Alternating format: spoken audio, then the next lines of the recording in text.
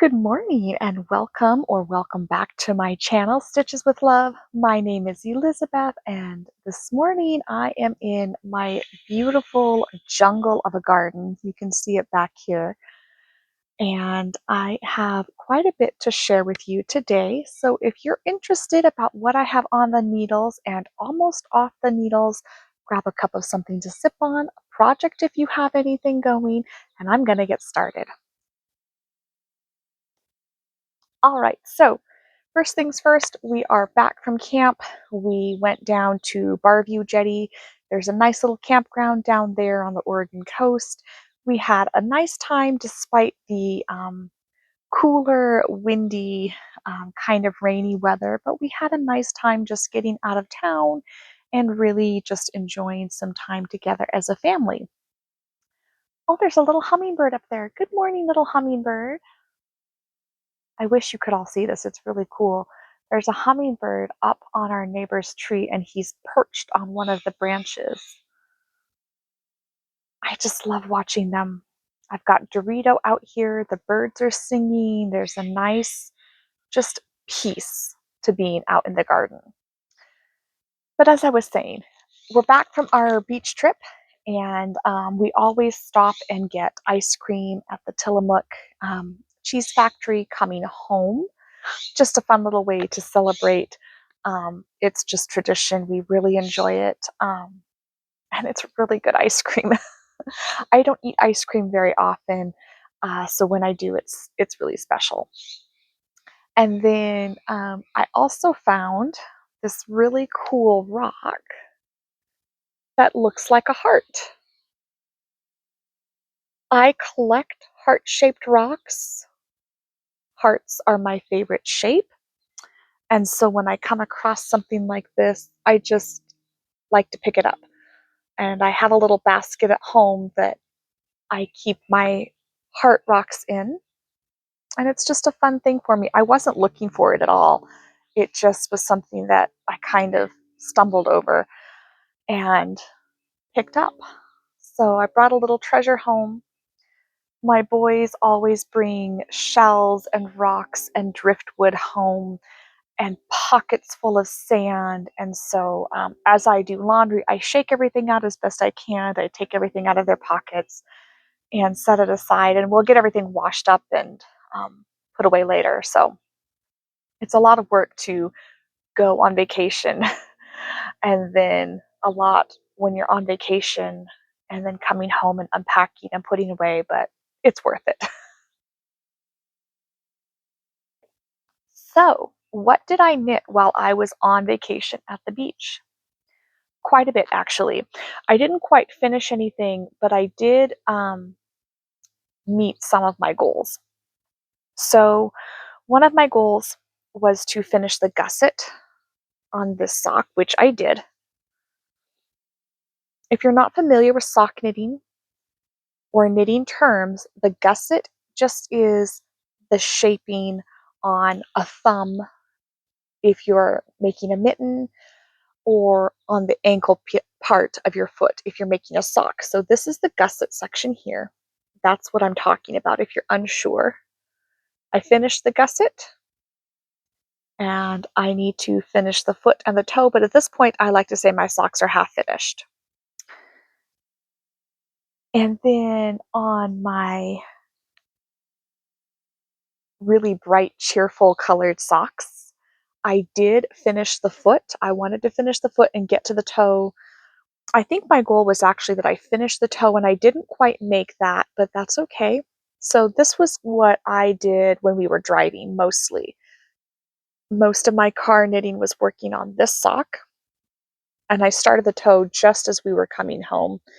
So it's got a good start to it. I think probably I'll work on finishing this one today just so that it's done and I can go ahead and get these socks washed and blocked and gifted this week to the intended recipient. And then I did not do very much on my husband's Musselburgh hat. I did do a little bit. I have started the um, second half of the hat, the coordinating color, and I held the yarn together with what I tied on for this color instead of weaving in my ends, and I kind of like the look of it. I just think it makes it look kind of unique and kind of fun. It does not bother me at all. I don't think it's going to bother Alexander. So far, I'm really happy with how this is turning up. So that is all of the knitting that I actually worked on. The other thing that I took with me but did not work on, I thought if I met some of my goals and did a decent amount of progress on my other working projects, I would start a new pair of socks. I took this yarn with me thinking that I would start a new pair, but I did not get them started. I might cast these on today after I finish the toe on those rainbow colored socks, just because I can. I'm not sure. I'm really anxious to get these started though. And that's it. That's all of the knitting that I took with me, everything I worked on while I was there.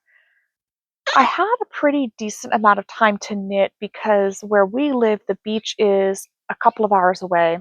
I think it's about, in total, including rest areas, I think it's about 3 hours if you're including stop time to take breaks. And so you get a lot of knitting time in the car. And then, of course, when we're visiting around the campfire, in between meals, while we're doing things, it's a really good way to catch up on my knitting. So I got quite a bit done between projects. All right, so I'm going to put that away. This is still by far my very favorite knitting bag. I absolutely love it. It is just a simple, it's got some stickers on here I need to wash off.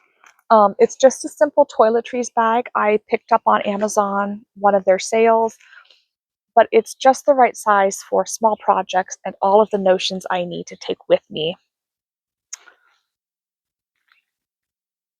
All right, so speaking of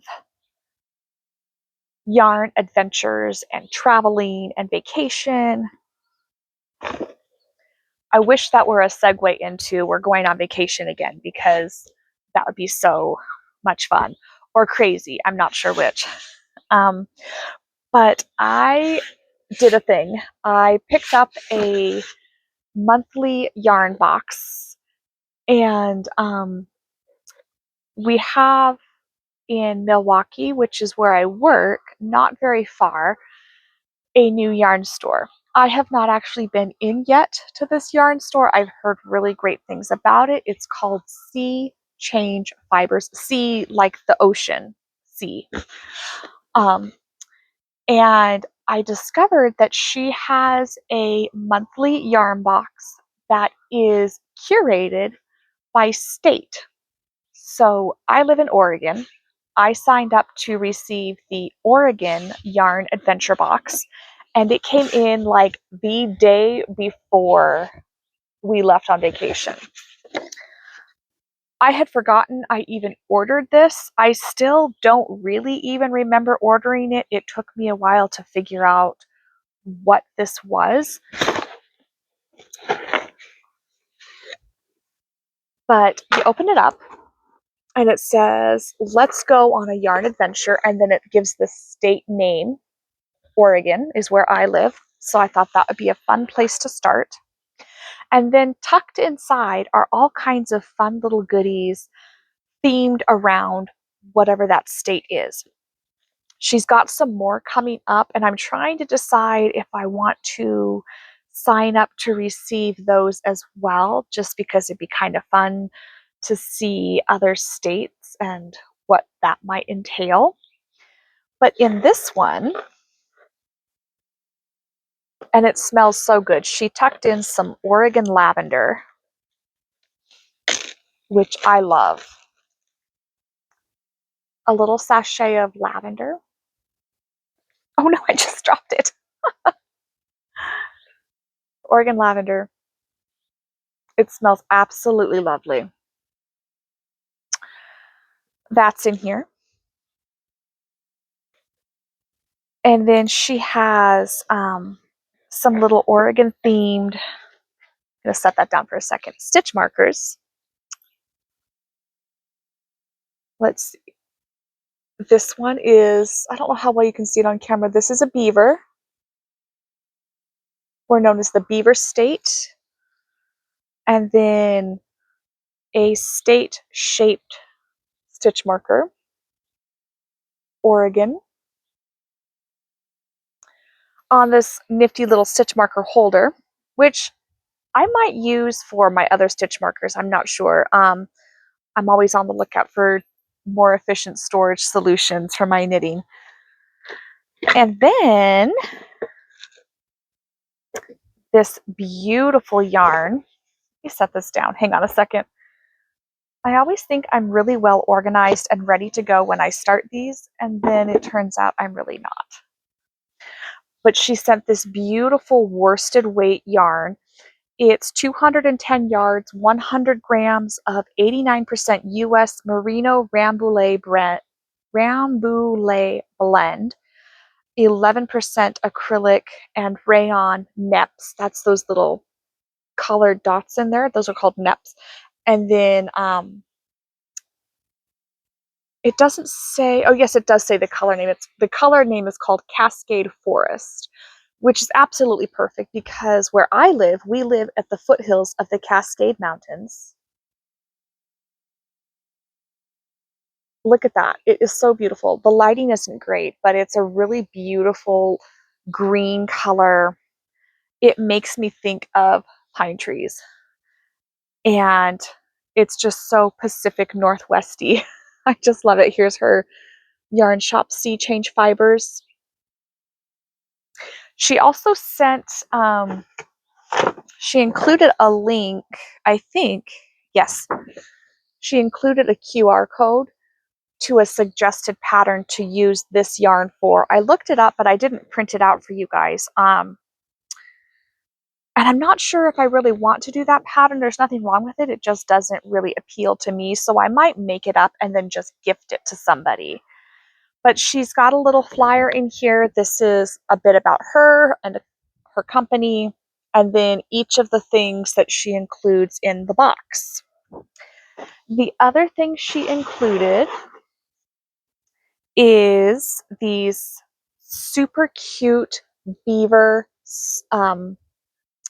point protectors, which are just hilarious to me. But look at their little tails. They're so cute. Very Oregon. And I'll get to this project in a minute. And then the last thing she included, what did she call these? Stick and stitch patterns. So these you can just put on some fabric or something and then do some embroidery work, and then it all just washes away. I don't know whether this is something I'm going to use, but I'm going to hold on to it for now because I've been kind of toying with the idea of learning embroidery, not as like a full-time hobby, but just as something kind of fun to embellish some of my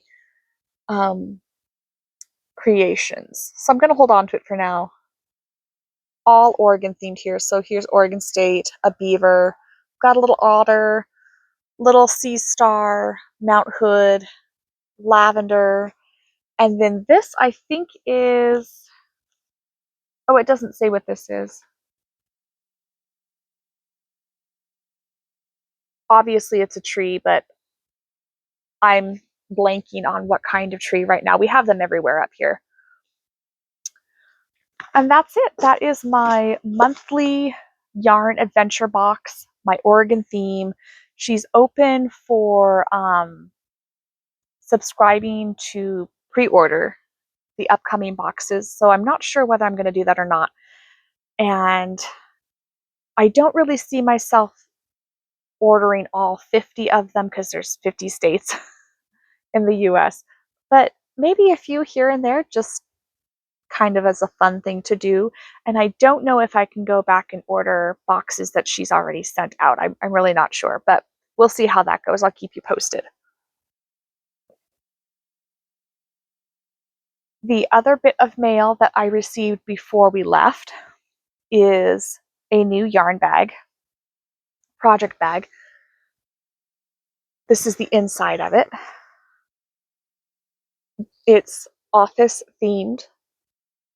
There's a show called The Office. There's an American version and the British version. I personally don't care for the British version, but I really like the American version of The Office. It's not on air anymore, but it's one I can watch on Netflix or get DVDs from the library. It's a really funny show, and I just think it's hilarious. Um, so there's Pam, she's the receptionist. Michael Scott, the bumbling manager. Jim Halpert, and Dwight Schrute. And it's perfect. It's got plenty of room in here for my project and my notions. I bought this because I was thinking it would be really fun to have an office themed pouch for my office job. And then to just leave this in my desk drawer at work so that I always have a project. I'm thinking a pair of socks or a Musselburgh hat will always live in this bag, just so that I have something at my desk to keep my hands busy. It's the perfect size I can put into my work bag, put into my work drawer. And the theme is just hilarious to me. I don't remember where I ordered this from. There's no tag inside that I can see. It's from Etsy though. So that is my new knitting pouch that I'm very excited to stuff and start. All right, what else can I show you? Okay, I'll show this to you. So before we left, I got this really lovely knitting kit, and I talked about it before we left. This is called the Venice Tee from We Are Knitters. I've made good progress on it so far. This is still just the first side, and I'm really happy with how the colors are looking together. I wanted something kind of neutral that I could wear with several different things I already own. And then I'm using those cute little beaver stitch markers or point protectors from my Yarn Adventure box. I ended up not taking this camping with me. I had thought that I might take it and then changed my mind. And I'm kind of glad I did, just because we really didn't have a lot of room in our car to bring a lot of stuff, which is fine. But that means that my bigger knitting bag just didn't make the cut this time around. I think that's it. I don't really have anything else to share as far as the knitting. I'm really not reading anything. Am I reading anything? I think the what am I reading section is just going to have to take a back seat because it's so hard to get through books right now. Not really watching anything on TV. I don't watch a lot of TV. This time of year, I spend a lot of time out here in the garden. We've picked a few squash, and tomatoes are coming on, lots of gladiolas. My sunflowers are blooming, not yet showing color, but getting there. And I think that's about it. It's a beautiful morning. I think I'm going to sit out here and do some knitting, have a little more coffee before it gets hot, and then I've got some laundry to put up on the line, dishes to finish up, and I think that's about it. Might take the little guy off to the library today, get some new books. I'm really, really proud of him. So my oldest son, Michael, has always been a very avid reader. I never have to worry about Michael doing his reading homework or just reading in general, because he reads anything he can get his hands on. And then my youngest son, Felix, it took him a little while to really get into books. Now he's getting into books, and we're trying to encourage him to be a little more independent with his reading. And this past weekend has been really exciting because he's actually sitting down with a book and reading out loud on his own, reading the words. And he's really made some improvements. I'm so proud of him. So we're still working at things with him, but I'm very, very proud. I love that I have children who love books. So that's it. That's all I've got. I'm going to go finish my coffee, have some knitting before it gets hot, and enjoy the sunshine while it's here. As always, happy knitting. See you next time, and God loves you very, very much. Bye.